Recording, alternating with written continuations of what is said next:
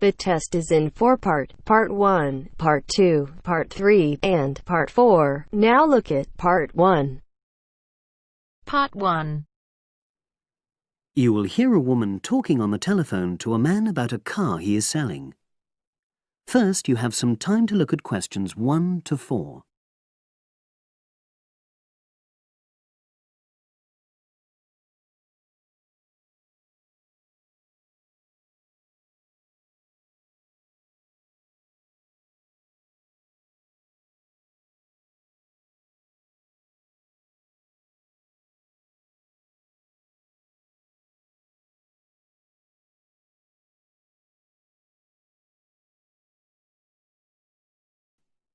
Now we shall begin. You should answer the questions as you listen, because you will not hear the recording a second time. Listen carefully and answer questions 1 to 4.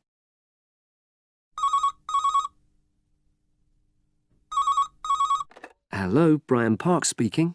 Oh, hello. I'm calling about the advert in the paper. For the car? Yes, the Mini you've got advertised for sale. Oh, yes. I just wanted to find out a bit more information. Of course. What would you like to know? It's my brother who's interested, actually, but he's not in today, so he asked me to call you. Fine. Great, thanks. So, it's a Mini, Yep. and how old is it? Just coming up to 13 years old. And I seem to remember from the ad that it's grey. That's it. Doesn't show the dirt. Absolutely. Anyway, the colour shouldn't be a problem for Jeff. You know, the important thing is the quality. Yes, of course. And what about mileage? With it being pretty old, it's probably over 100,000? Actually, it's 40,000 less than that. 62,000 on the clock. Great! I remember now. I'm confusing it with another ad I was looking at. Right. Pleasant surprise then. Yeah. Have you been the only owner, or was there a previous one? I'm the second one. Before, it was owned by a teacher who was a very careful driver. Didn't have any accidents. Very good. And what about you? What do you tend to use it for? I haven't used it all that much, mostly for shopping. You know, the sort of thing. So not much wear and tear. I'll make a note of that. I know Jeff wanted me to check that. Right. Before you hear the rest of the conversation, you have some time to look at questions 5 to 10.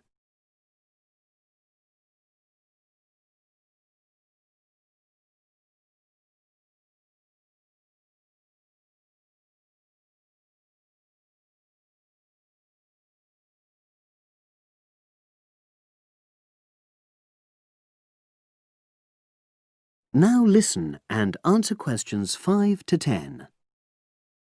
Now, about the price, I see you've got it down as £1,250. I'm not sure Jeff will be able to come up with that amount. In the ad, I did say 1,250 or nearest offer. So would you be prepared to go down to 1,000? That's really too low, I'm afraid. 1,100? I might be able to go to that. OK, I'll make a note of that. What about tax? Is it due soon? Got another 5 months before it's due. Oh, that's a real plus, yes. I'll make a note of that. OK. Now, you say it's in good condition. For its age, I'd say yes, definitely. It's just been serviced and there were no major problems. Major. I'd be able to show you the service report. The only thing is, you'd have to get a new tyre in the near future. Though it's still okay, you know. It's certainly absolutely safe at the moment. OK, fair enough. Yes, I understand. And the garage also mentioned that one headlight could probably do with replacing. They think there's a fault there, you know, intermittent. Well, we'd obviously look at all the documents, but that sounds very straightforward. Of course. I've got all the service documents up to date and you can look at those. Well, it all sounds pretty good, and I know my brother will be interested, so would it be possible for him to see the car? He's back from his trip tomorrow and away tonight, so How about tomorrow? Tomorrow? Wednesday? I'm afraid that's not possible. I'm out pretty much all day. Well, Thursday then? That'd be fine, yeah. In the morning? Yes, that'd suit me perfectly. Great. Now, you'll need my address. Oh, yes, of course. What is it? It's number 238, 238? London Road. Oh, that's easy enough. Yes, very straightforward. So I'll pass on these notes to Jeff, and he'll see you in a couple. That is the end of part 1. You now have half a minute to check your answers.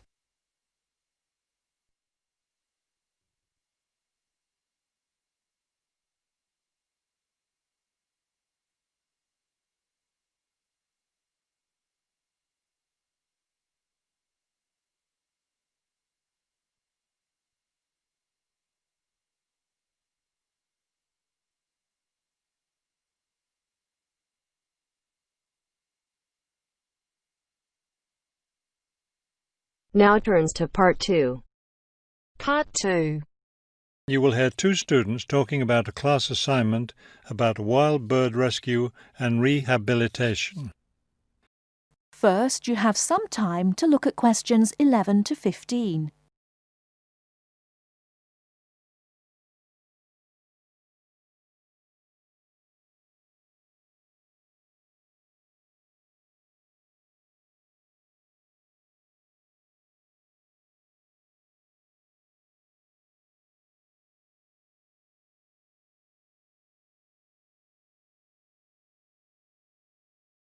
Now, listen carefully and answer questions 11 to 15. Okay, let's go over the requirements and see what we have left to do. Let's see. We have to give the professor a written summary of the information we've gathered on our topic, wild bird rescue and rehabilitation. The other written thing we have to turn in is a case study of the rehabilitation of one bird. We have the information on that already. Right. All we have to do is write it up. What about charts and graphs? Do we need to include something like that? I don't think so. They aren't really relevant, but we do have to turn in a list of the resources we used. Naturally. What about videos? I heard some of the other students were doing that. Well, I guess that must be optional, because I don't see it on the requirements list. Okay, we should start planning our class presentation, since that counts for half the grade. We've looked at lots of sources of information, but I think our best source was the interviews we did with the wildlife rehabilitators. Agreed. That and the journal articles. I think we have enough information from those two sources for the presentation anyhow. The books we looked at weren't all that helpful. I wonder if we should try to bring in some live birds for the presentation. That would be too difficult, don't you think? But we have lots of photos of rehabilitated birds. We can show those. Before you hear the rest of the talk, you have some time to look at questions 16 to 20.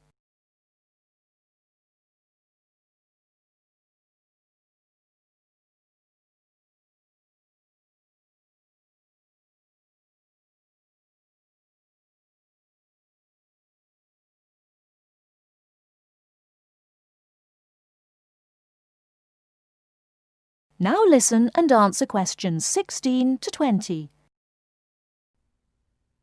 Right.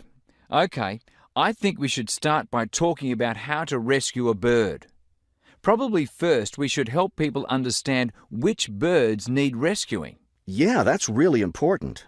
Because a lot of times people see a baby bird that's all alone, or they find a bird sitting on the ground and they think it needs to be rescued. And usually, those are just baby birds learning to fly. So we should emphasize that people should only attempt to rescue a bird that's clearly injured. For certain kinds of birds, the rescuer needs to wear protective gloves because some of those birds have sharp claws and can tear your shirt, or worse, injure your face or some other part of your body. Yes, that's an important point. Okay, next, let's tell people to put the injured bird in a box with good air circulation. We should let them know that a cage isn't necessary, and a bag, especially a plastic one, could hurt the bird more.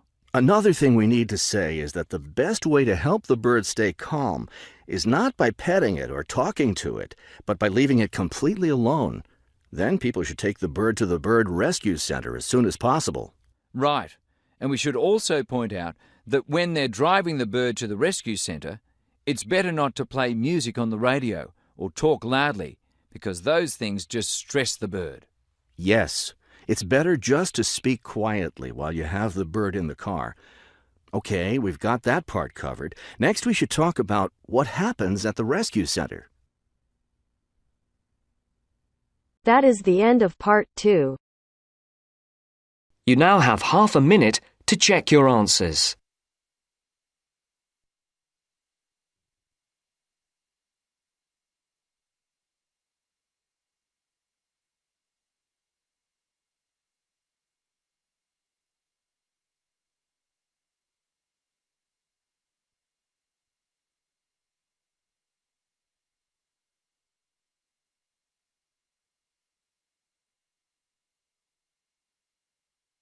Now turns to part 3. Part 3. You will hear a discussion between students Maria and Jack. In the first part of the discussion, they're talking about their opinions about some of the things in their universities. First, you have some time to look at questions 21 to 26.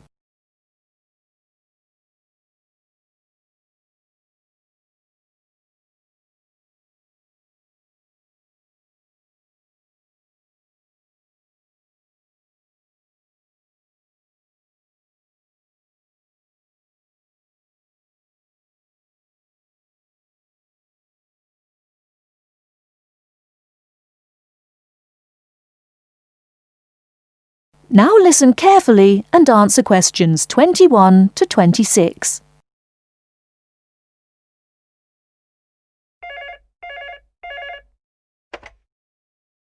Two four one 4331. Good afternoon. May I speak to Jack Robert, please? Speaking, please. Hi, Jack. This is Maria. Hello, Maria.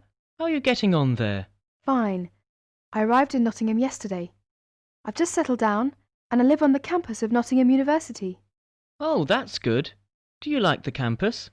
Yes, it's beautiful. What do you think of yours? Edinburgh University?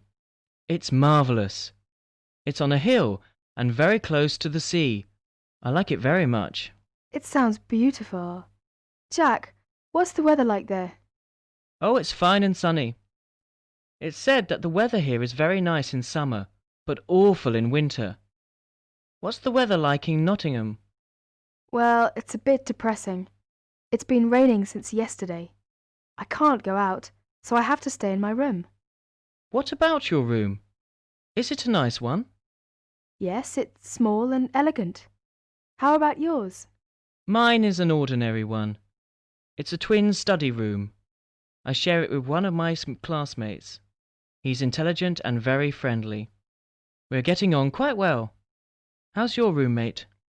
She's very nice, but a little bit quiet. She likes reading and seldom speaks. By the way, do you like the Scottish food there? Oh, I like it. It's very delicious. Oh, really? I don't like the food here. It's disgusting. It has no taste.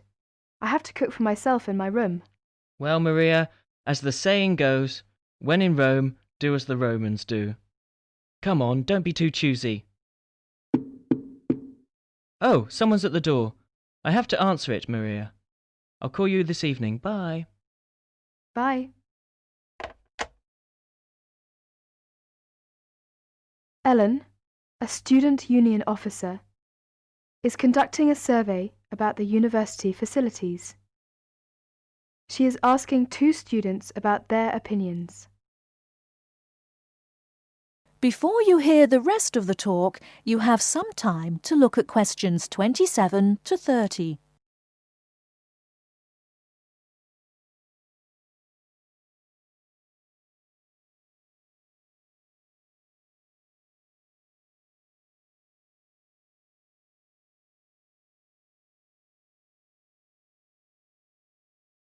Now listen and answer questions 27 to 30.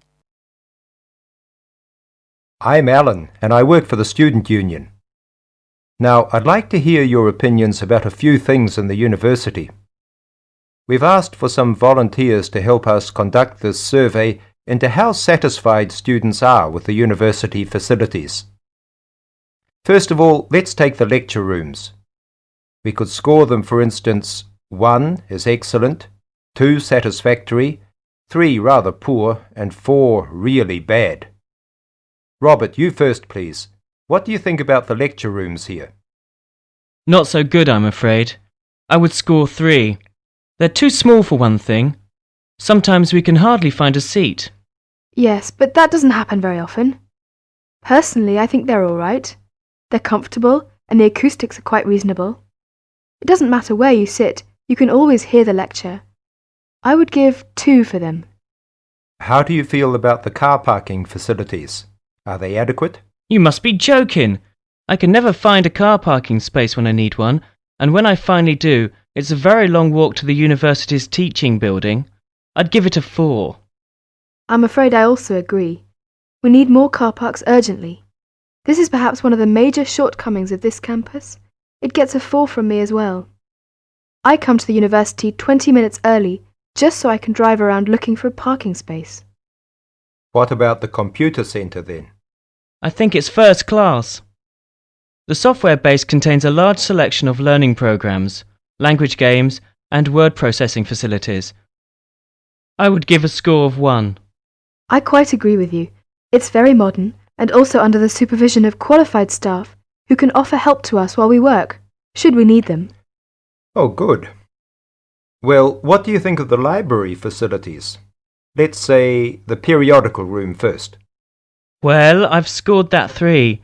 I'm sorry to have to say, but, I think the room has poor lighting, and I'm disappointed about that. I've given it a score of 1. As far as I'm concerned, it's excellent and well stocked. Thank you, Robert and Mary. Now, let's turn to the photocopying facilities.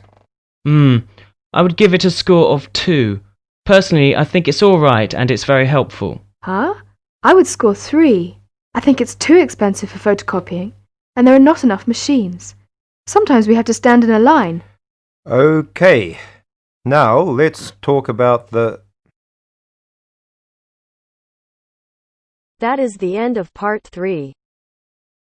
You now have half a minute to check your answers.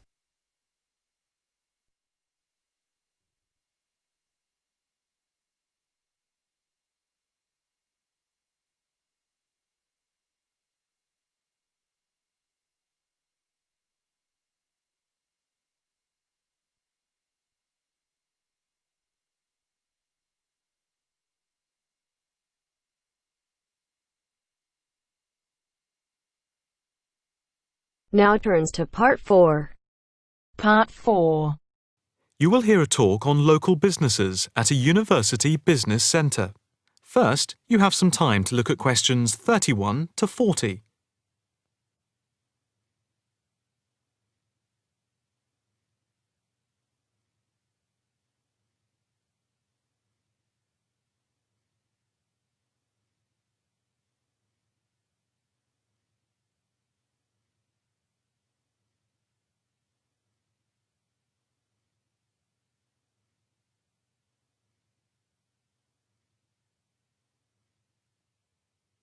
Now listen carefully and answer questions 31 to 40.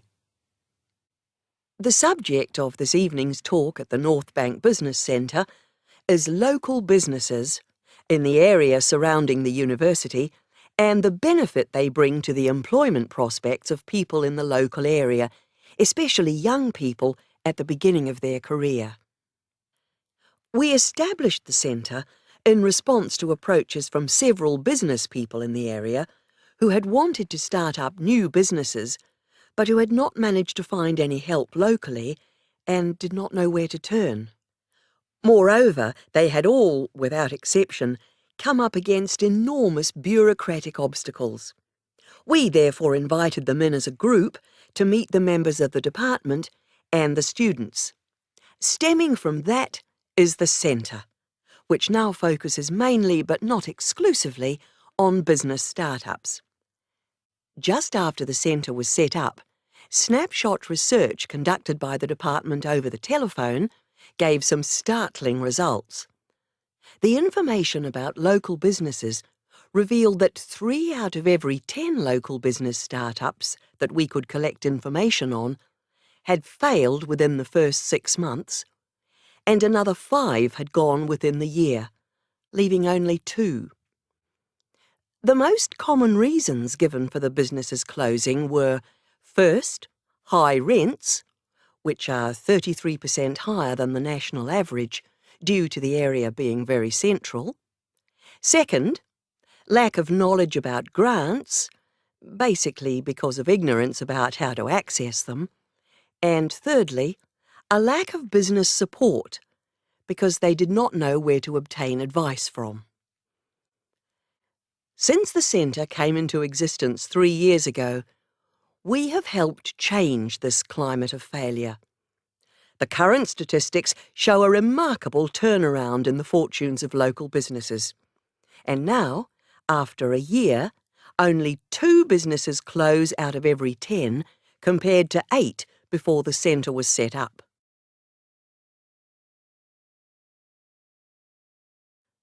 Six local businesses are now taking part in a work placement and monitoring scheme, which is of mutual benefit to ourselves and the companies involved.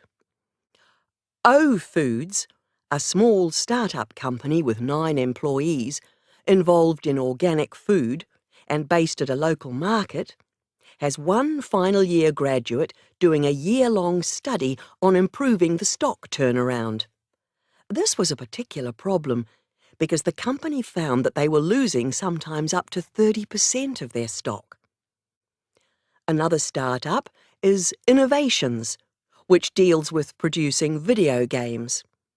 This company, which employs only 5 people, all under the age of 25, is receiving support in attracting business partners and achieving production targets. In the smaller business category, Sampsons Limited, a courier company which is interested in developing a taxi service, is being offered help with their business expansion plans.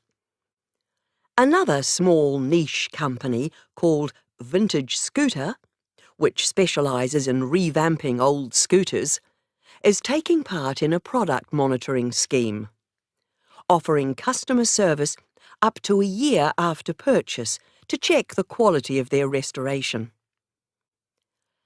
The first of the 2 medium-sized companies that the scheme is monitoring is Build Limited, which employs 47 people. A comparison of their products and services with other businesses in the area is being carried out by a researcher who is trying to support them in their efforts to extend the company's product range. The last company, Jones Systems, is perhaps the most interesting because it has been the victim of considerable personnel problems, which have been affecting the day-to-day operations of the company. And so, we are looking at conflict management and team building within the company. To sum up, advisors help the companies look at different business options and models, apply for grants, deal with employment issues, systems creation, and also provide accommodation at the centre to help them start up. E-mentoring for fledgling businesses is also in operation for those who find it difficult to attend the centre personally. The programme is funded by grants from local authorities. That is the end of part 4. You now have half a minute to check